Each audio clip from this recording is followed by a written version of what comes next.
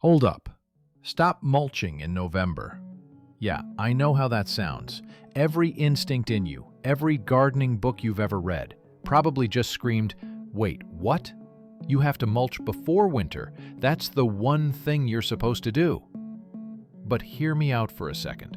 What I'm about to show you might actually save you a good bit of money. It will absolutely save your soil, and it will completely change the way your garden wakes up next spring. See, for years I thought mulching right now, in early November, was just what responsible gardeners do. It's the golden rule of fall cleanup, right? You rake everything bare, you tidy up, and you put down a nice, thick 3-inch blanket of shredded bark to put the garden to bed. But the truth is, Mother Nature doesn't always play by our tidy, human rules. I used to think skipping this step or waiting was some kind of gardening sin, that I was being lazy. But it turns out, the soil has its own rhythm, and it often knows better than we do. So before you grab that shovel, before you go buy those 10 heavy bags of mulch, just wait. Pause. Because there is something so much better you can do this November. Something that will make your garden truly thank you later.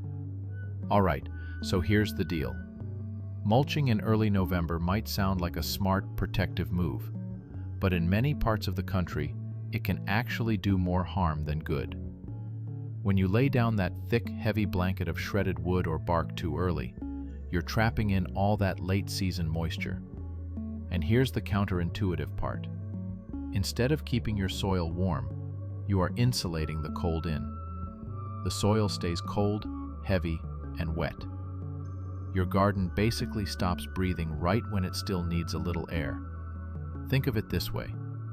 You're tucking your garden into bed with a heavy winter comforter, while it's still wide awake and trying to get its last chores done.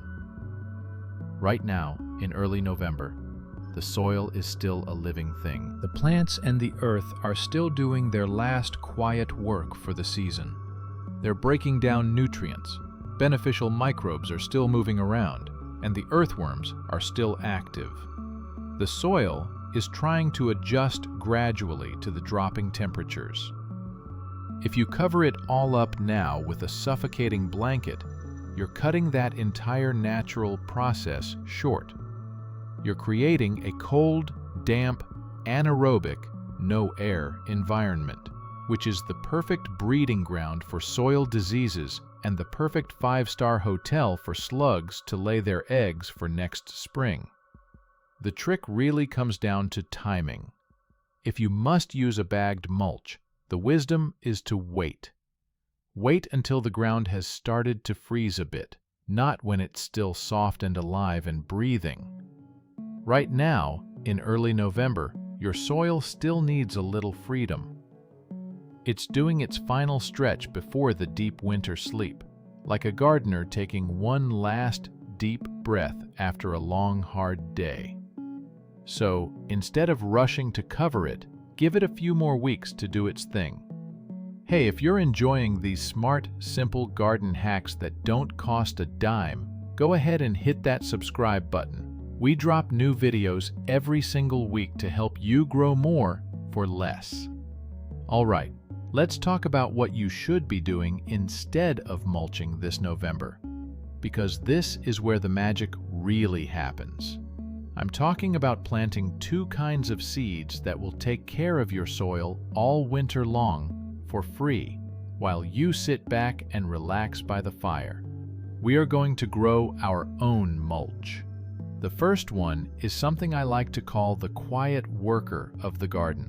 This is winter rye. Now, if you've never heard of it, winter rye is what's known as a cover crop, but I like to think of it as a living mulch. You see, while a bag of shredded bark just sits there, looking pretty but doing nothing, winter rye actually works for you.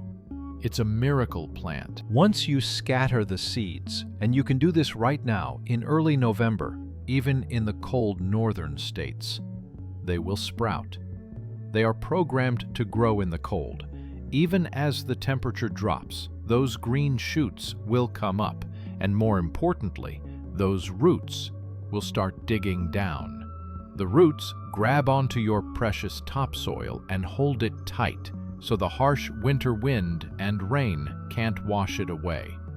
That means no erosion, no bare, compacted patches, and no wasted nutrients.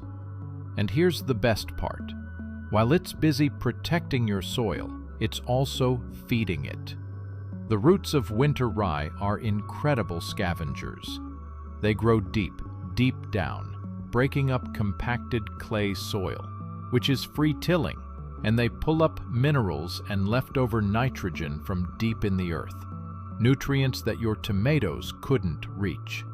It stores these nutrients in its green leaves all winter, like a little nutrient bank.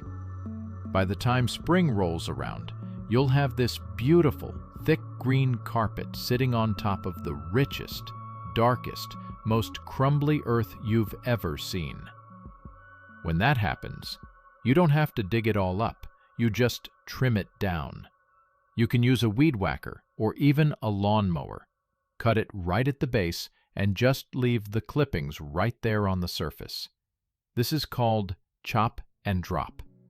Within a few weeks, that green material breaks down and turns into the most beautiful, nitrogen-rich organic fertilizer and mulch you could ever ask for. You have literally grown your own mulch and compost in place. No store runs, no heavy bags, no wasted money. So yeah, while everyone else is out there in the cold hauling heavy bags of mulch and stressing about frost, you'll have a living, breathing blanket protecting your garden and actively preparing it for next season's best harvest. Winter rye does the work. You get the credit, and your soil will absolutely love you for it. Now, the second seed I want you to know about is one that doesn't just work hard, it looks good doing it. I'm talking about Crimson Clover. And let me tell you, this one is a total show-off in the best way possible. It's bright, it's beautiful, and it more than earns its keep. Crimson Clover is what I like to call the beauty and the brains of the fall garden. While it's out there covering your soil and eventually producing those stunning deep red blooms, it's quietly doing something incredible, something magical underneath the surface. It's fixing nitrogen.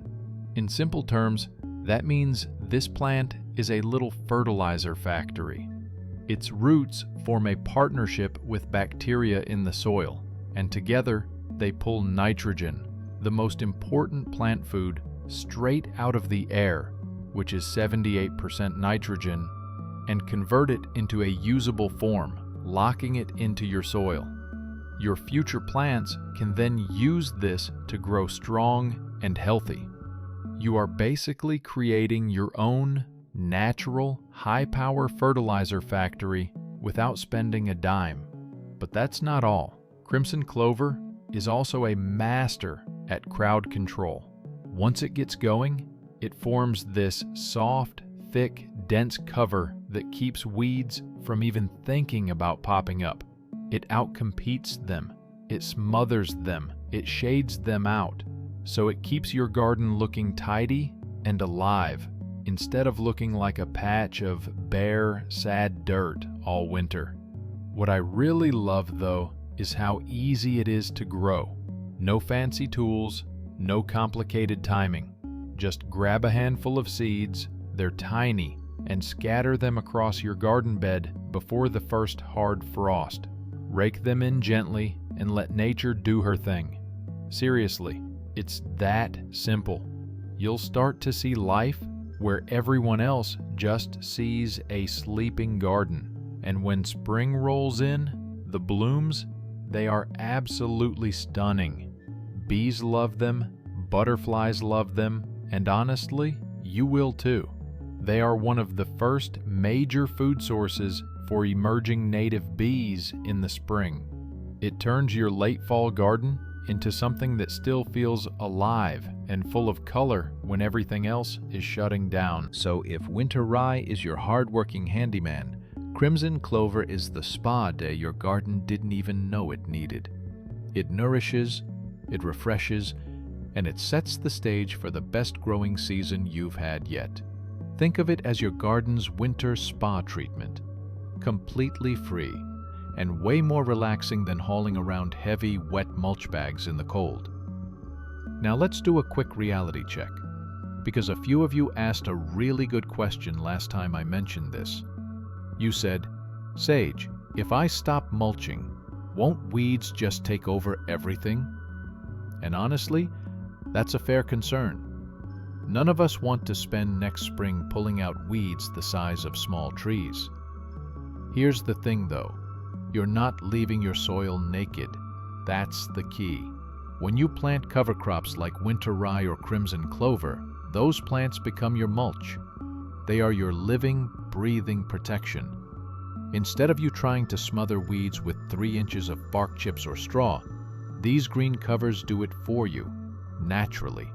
Their roots form a dense, thick web underground, and their leaves spread out across the surface, blocking out the sunlight so dormant weed seeds don't get the signal to sprout. It is a far more effective, active form of weed control. You don't have to get fancy about it either. You don't need to till, just lightly loosen the top inch of your soil. Don't dig deep, just a quick rake through. Scatter your seeds, rake them in again lightly, and then let them handle the rest. Nature has already built the perfect system. You just have to give it the first nudge. By the time winter truly settles in, your garden won't look empty or forgotten. It'll look alive, covered with something that's actively helping instead of just sitting there. And when spring comes around, you simply trim it down and let it feed the soil. No pulling, no hauling, no mess. And to the gardener who commented last week, you know what? I'm done. I'm planting rocks this year. Hey, I get it. Some seasons really test you. But before you give up on that patch of dirt, give these seeds a chance. Let them do the heavy lifting for a change. Who knows, by next spring, you might just fall in love with your garden all over again. Hey, quick reminder before you go any further. If this video's got you thinking about giving your garden one more shot, about trying a smarter way, go ahead and hit that subscribe button. Seriously, every week I share simple, affordable ideas that make gardening less stressful and a whole lot more rewarding. And yeah, we try to keep it peaceful around here too, because gardening shouldn't feel like homework. So, tap subscribe, join the community, and let's grow together. All right, now let's bring it all home. Your big November secret: skip the mulch. Just hold off a bit. And instead plant these 2 powerhouses, winter rye and crimson clover. One keeps your soil strong, aerated, and full of life. The other feeds it with free nitrogen, beautifies it, and keeps those weeds far, far away. Together they work like a tag team, protecting and improving your garden while you take the winter off. And honestly, I'm right there with you. I'll be out in my own backyard this weekend, coffee in hand, scattering these seeds while the birds sit on the fence and stare at me like I've lost my mind. But come spring, when that soil is dark, rich, crumbly, and ready to grow, it'll all make sense. So try it. Let your garden rest the smart way this year. And if you learned something new, or if you're planning to give this a shot, drop a little seed emoji down in the comments. I read every single one of them, and I love hearing how your gardens are growing. Thanks for spending a few quiet minutes with me today here at the Garden Sage. I really appreciate you being here. Now go out there, give your soil what it really needs, and I'll see you in the next video.